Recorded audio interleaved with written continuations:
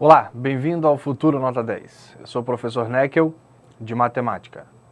Nós já tivemos várias aulas de matemática, já falamos sobre vários conteúdos, mas agora é hora da dica. Me acompanhe.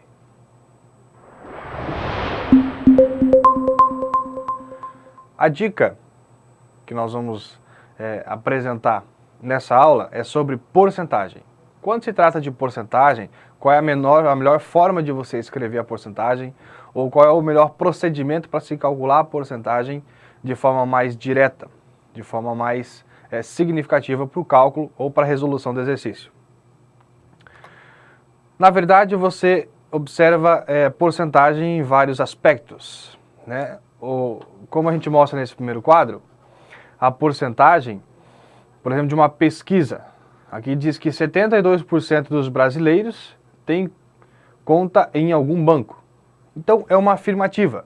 Percentual, na verdade, ele diz respeito assim, é uma quantidade com base em 100. 72 de 100, por isso 72%.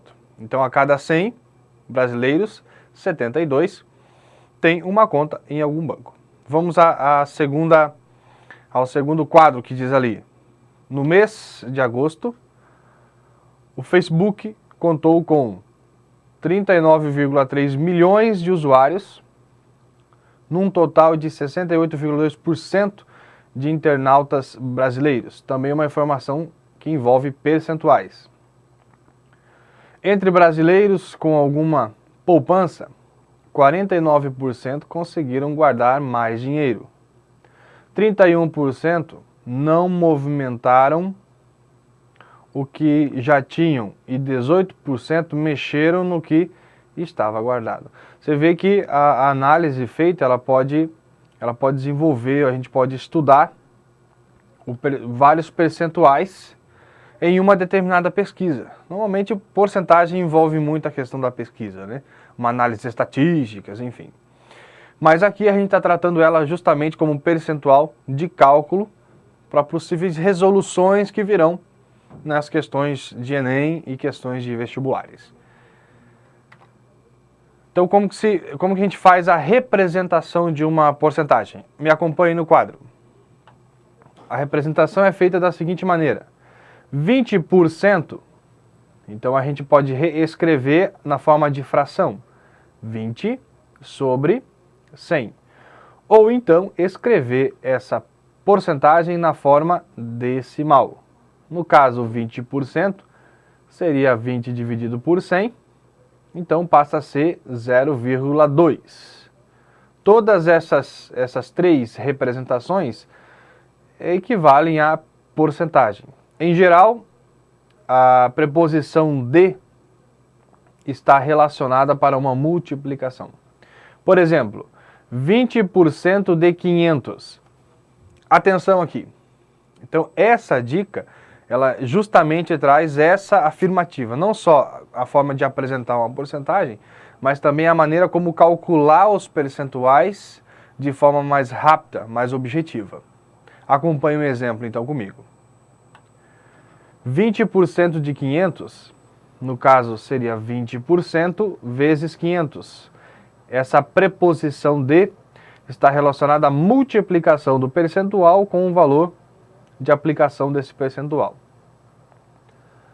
Então, 20% de 500, 20% escrito na forma decimal, 0,2. 0,2 vezes 500 dá 100. Outra maneira também de escrever, nós podemos criar toda uma análise, né? 20%, ou separar todo o contexto através de percentuais com base de 10%. Por exemplo, 10% de 500 seriam 50. Né? Se eu tenho 20%, multiplico por 2, 50 vezes 2, 100.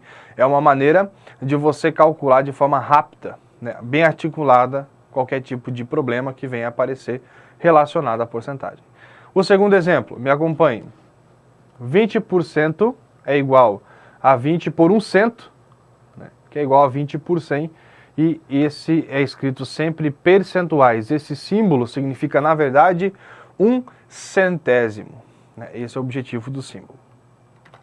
Porcentagem é isso, envolve muito sempre a questão da análise direta. E sempre que aparecer a preposição de, você vai trocar essa análise por uma multiplicação. É sempre a porcentagem de alguma coisa. Acompanhe esse quadro também. O que a gente quer mostrar com essa imagem? Que porcentagem está muito relacionado a lucro ou prejuízo. Quando se trata de lucro, a gente tem preço de custo mais lucro, isso é igual a um preço de venda.